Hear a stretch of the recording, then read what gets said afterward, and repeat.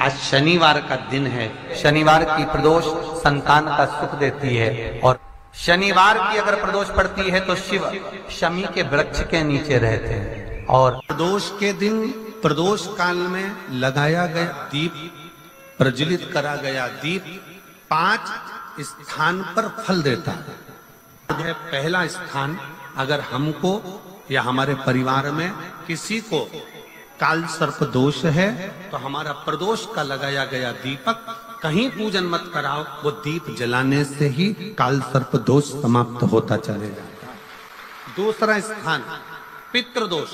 अगर किसी ने कह दिया कि तेरे घर में पितृदोष है, तेरे घर में, कई लोग बता देते हैं कि तुम्हारे घर में, कई माताएं पूछती हैं मेरे घर में बेटा नहीं, मेरे घर में 3 बेटी हो गई, 4 बेटी हो गई, 5 बेटी हो गई, बेटा नहीं है, बेटा नहीं, तो किसी ने कह दिया पितृदोष है।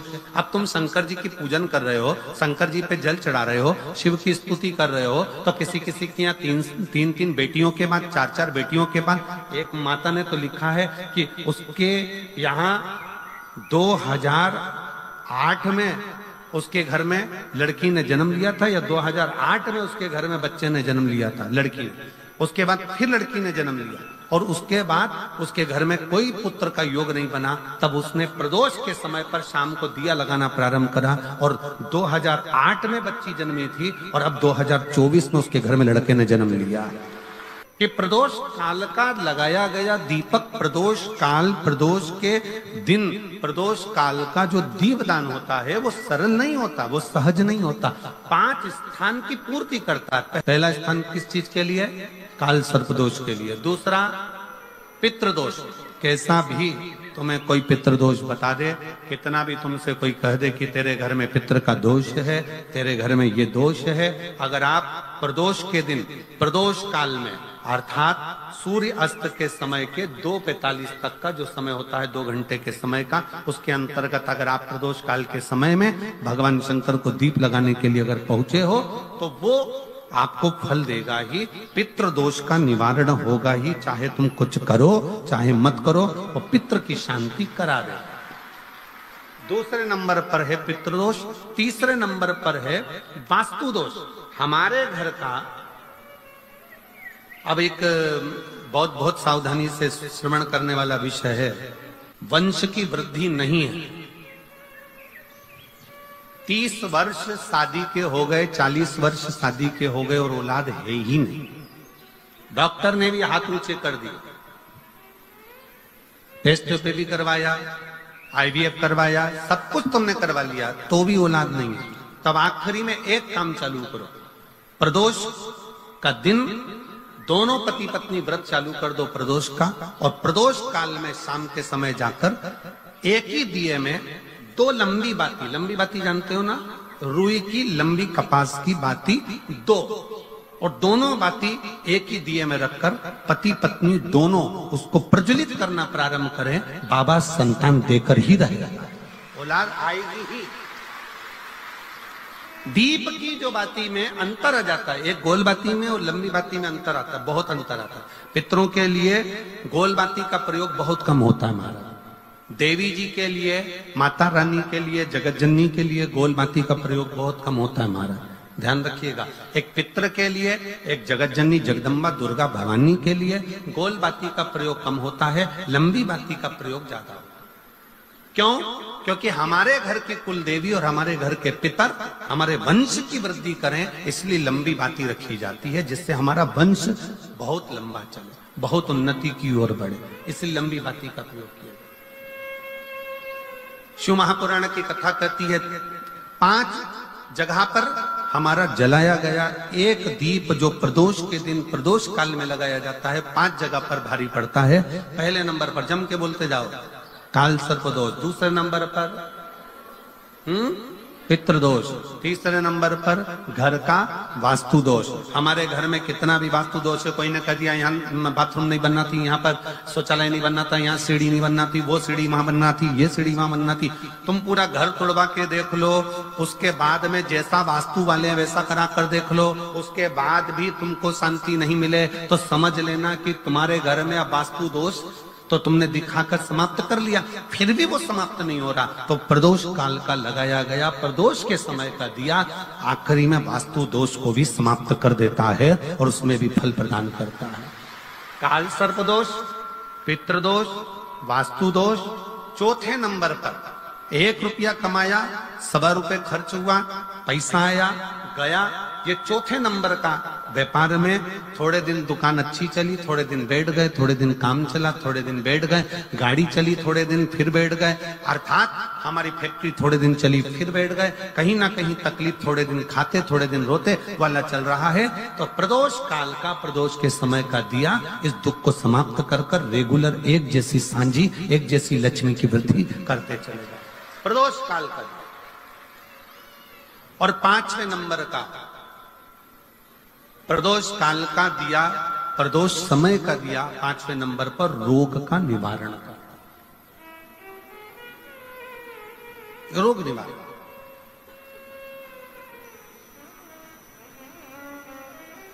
ये 5 स्थान जो बताए गए हैं प्रदोष काल के दिन, प्रदोष के दिन दीप प्रज्वलन के। प्रदोष व्रत का इतना महत्व है महाराज। ये प्रदोष व्रत होता क्या है? प्रदोष व्रत का महत्व क्या है? शिव महापुराण की कथा कहती है शंकर भगवान का प्रदोष का व्रत, अर्थात चंद्रदेव को जो क्षय रोग हो गया, बीमार पड़ गए, शरीर गलकर नीचे गिरने लगा, तब देव ऋषि नारद ने भगवान चंद्र को शंकर भगवान के पूजन का विधान बताया और पूजन करते करते त्रयोदशी तिथि आ गई, जिस त्रयोदशी के दिन चंद्रदेव ने सुबह से शाम तक कुछ नहीं खाया। शाम के समय सूर्य अस्त के पहले चंद्रदेव ने स्नान किया, श्वेत वस्त्र धारण करे और श्वेत वस्त्र धारण कर कर चंद्रदेव शंकर के शिवलिंग की पूजन करने बैठ गए। शंकर भगवान के शिवलिंग की पूजन जब चंद्रदेव ने करी, हाथ में अक्षत लेकर चंद्रदेव ने शंकर को समर्पित करे, ओम उमापति नमः कहकर जब चंद्रदेव ने शिव को समर्पित करे, भगवान शंकर त्रयोदशी के दिन प्रदोष समय में, प्रदोष काल में प्रकट हो गए और प्रकट होकर बोले, ऐ चंद्र, तुमने आज मेरा अनुरोधन किया है, आज मेरा स्मरण किया है, जाओ आज त्रयोदशी के दिन प्रदोष काल में मैं तुम्हारे शरीर को स्वस्थ करता हूं। तब से ये प्रदोष व्रत प्रारंभ हुआ है महाराज। किसने करा है प्रदोष व्रत? भगवान विष्णु ने करा था। जब घोड़े का मुंह लगा, हयग्रीव अवतार, लक्ष्मी जी हंस दी थी तो घोड़े का मुंह भगवान विष्णु का लगा, तब भगवान विष्णु ने प्रदोष व्रत करा था। भगवान विष्णु प्रदोष व्रत 11, 26 अवश्य करना चाहिए, या तो 11 करो या 26 करो, करना चाहिए। प्रदोष कोई साधारण सा व्रत नहीं है, प्रदोष कोई निम्नता व्रत नहीं है, सहजता का। एक एक प्रदोष का महत्व शास्त्र वर्णन करता, शिव महापुराण कहती है एक एक प्रदोष का महत्व, एक एक प्रदोष।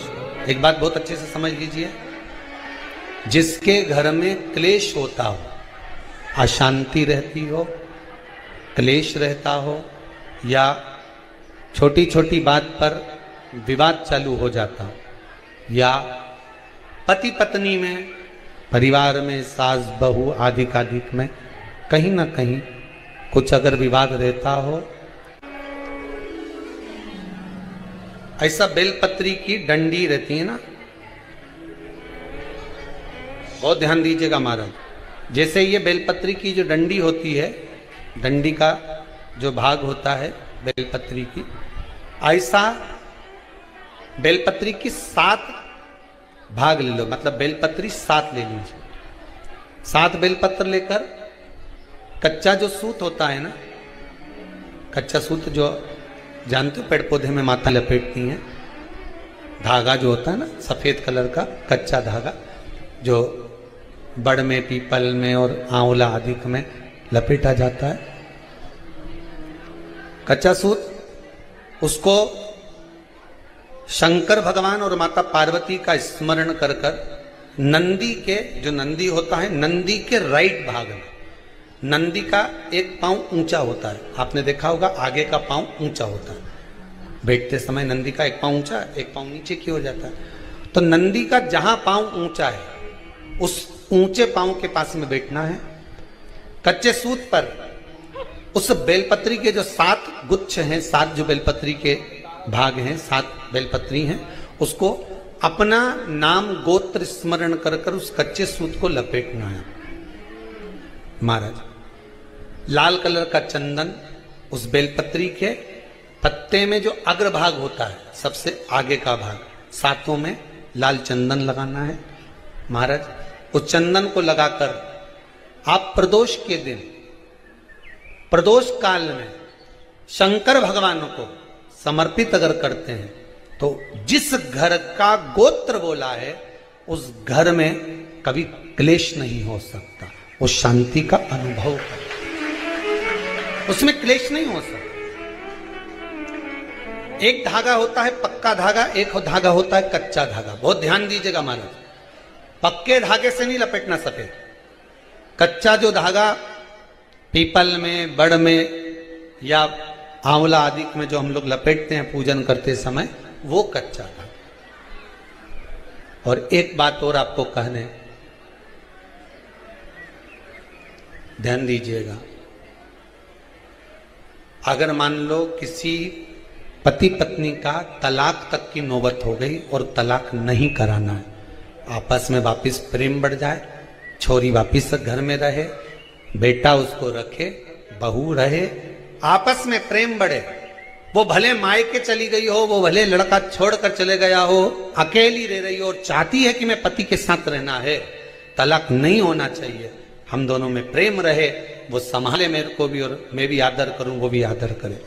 तो मेरा निवेदन है, कच्चा जो सूत होता है, कच्चा जो धागा होता है, नंदी के ठीक पीछे बैठकर कोई साथ में आपके परिवार का कोई व्यक्ति चले जाए और हस्तकमल को, जिसको अपने परिवार में वापिस रहना है, उस स्त्री हो या पुरुष हो, दोनों में से कोई भी नंदी के पीछे बैठकर सोमवार की जिस दिन अष्टमी पड़े उस दिन नंदी के पीछे बैठकर हाथ को ऐसा बंद करना है, हाथ में एक बेलपत्री रखना है, सीधी सीधी बंद कर कर 7 बार उस हाथ पर कच्चा सूत लपेट देना है, उस सूत को वापस निकाल लेना है, बेलपत्री के साथ, बेलपत्री के साथ में, और बेलपत्री को तो अपने पास में रखना। सबसे पहले माता पार्वती का जो हस्तकमल ऐसा होता है शिव मंदिर में, उस हस्तकमल में वो सूत जो आपके हाथ से निकला है वो उसमें डाल देना है, माँ जगत जननी से प्रार्थना कर कर, और जो बेलपत्री आपने संबंध को जोड़ने के लिए अपने हाथ में ली है वो शंकर भगवान के कटी भाग में, फिर निवेदन करूंगा कटी भाग को समझ लीजिए। ये शिवलिंग रखा है, जहां पर शंकर भगवान का शिवलिंग, माता पार्वती जी के हस्त कमल पर जो शिवलिंग रखा है, ये भाग कटी भाग कहलाता है। इस जगह पर जहां शंकर और पार्वती का मिलन हुआ है, उस जगह पर उस बेलपत्री को रख देना है। महाराज ज्यादा से ज्यादा 3-4 महीने लगते हैं, दोनों में वापिस प्रेम बढ़ जाता है, दोनों एक हो जाते हैं। तलाक तक बात चल भी रही हो तो वो तलाक समाप्त हो जाता है, प्रेम, करुणा, आसक्ति, स्नेह बढ़ जाता है। संबंध टूटने की कतार पर एक बार माता पार्वती को समर्पित तो करो अपना संबंध कि मां अब तुझे नहीं भाना। माना मैंने अपशब्द कह दिया होगा, माना मेरी गलती होगी, थोड़ी गलती उनकी भी होगी, पर दोनों की गलती है मां, अब इस संबंध को तुझे निभाना। जब कच्चा सूत माता के हाथ में रखो तब माता को विनती करना, इस संबंध की डोरी अब तेरे को दे दी, दीन बंधु दीनानाथ मेरी डोरी तेरे। अब ये डोरी मैंने तुमको दे दी, अब ये संबंध आपको निभाना है, अब ये संबंध मेरा। एक प्रयोग जरूर कर कर देखना, जिस दिन घर में क्लेश हो रहा हो, भाइयों में आपस में झगड़ा हो रहा हो, देवरानी जेठानी में झगड़ा हो रहा हो, सास बहू में झगड़ा हो रहा हो और शांति हो ही नहीं रही, बहुत प्रयास कर लिया तुमने कि शांति नहीं हो रही, तो प्रयास करो, प्रदोष के दिन एक बेलपत्र लीजिए,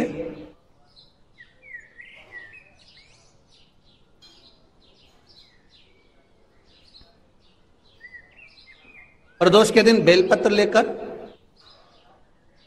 अपना जो परिंडा होता है, परिंडा जानते हो, मटका, हंडा, जहां पानी भरते हो, पितरों का स्थान, उस परिंडे को बेलपत्र छुआकर उस बेलपत्र को शंकर भगवान के ऊपर जो जलाधारी होती है, उस जलाधारी में इस डंडी को अपने घर का नाम गोत्र बोलकर उसको डाल दिया जाता है।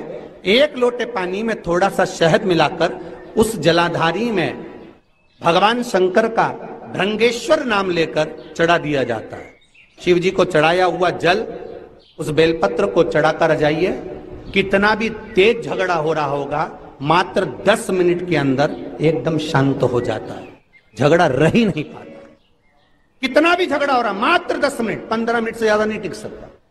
पत्र खाओगे शंकर जी के मंदिर की तो मुख में जीवान छार छार हो जाती है। बोलो सही है कि गलत?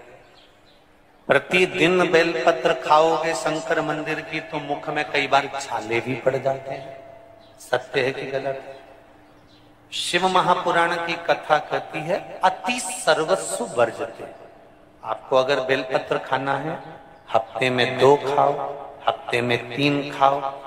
मुंह में अगर छार छार हो रहा है, छाले पड़ रहे हैं, तो बेलपत्र को, शिवजी की चढ़ी हुई बेलपत्र को सुखाकर चूरा बनाकर इतनी सी चुटकी भर खा लिए, पानी पी लिया।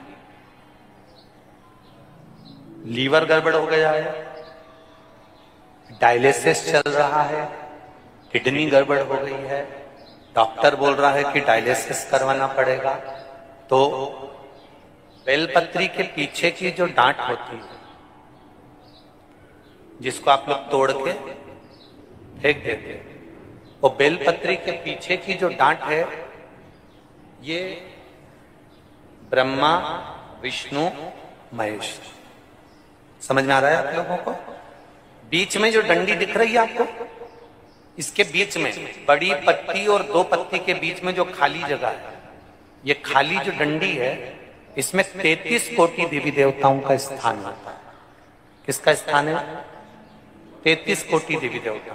इसलिए बेलपत्र चढ़ाते समय बेलपत्र को इस जगह से पकड़कर समर्पित किया जाता है कि 33 कोटि देवी देवताओं का स्पर्श कर कर, ब्रह्मा विष्णु महेश का स्पर्श कर कर चढ़ाया जाता है। बेलपत्री के नीचे की जो डंडी होती है, ये 2 पत्ती से लेकर नीचे का जो भाग होता है, ये स्कंद पुराण कहती है, इसमें 64 योगनियां और मेरी माता पार्वती का संपूर्ण जितनी शक्तियां हैं, वो सारी शक्तियां इस डंडी के अंदर विराजमान होती हैं।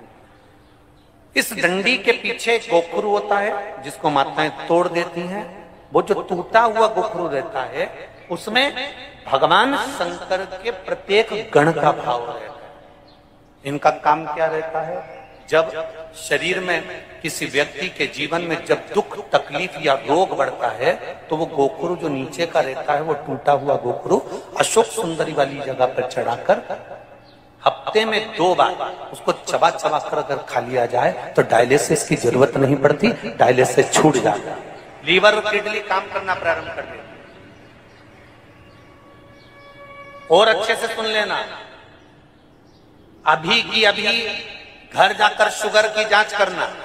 शुगर कितनी भी हाई जा रही होगी, बेलपत्री के नीचे का गोखरू टूटा हुआ अशोक सुंदरी पर चढ़ाकर खाकर 5 से 7 मिनट मुंह में रख लीजिए और उसके बाद शुगर की जांच कर लीजिए, शुगर लेवल में मिलना प्रारंभ हो जाए। बेलपत्री का जो सुख है वो जीवन का आनंद देता है।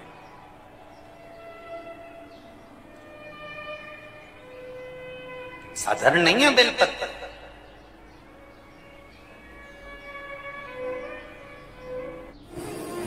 ओ मेरी बहनों, मेरी जीजियों, मेरे जीजाओं, मेरी बेटियों, बेटाओं,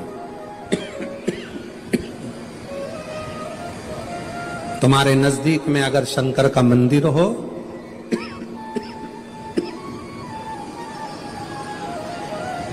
तो उस शिव मंदिर में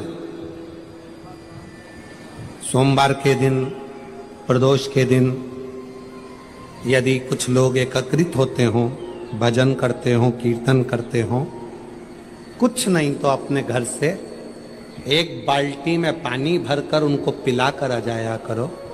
पानी नहीं हो तो थोड़ी खड़ी शक्कर ले जाया करो, थोड़ा गुड़ ले गए, उनका मुख झूठा करा दिया करो। क्यों? क्योंकि शिव भक्त के शरीर की हड्डी का स्पर्श भी राक्षस को हो गया, वो तर गया। अगर कोई शंकर का भक्त है और उसका मुख हमने झूठा करा दिया तो हमारे घर के भंडारे कभी खाली नहीं होते, भरे भरे। करना क्या है?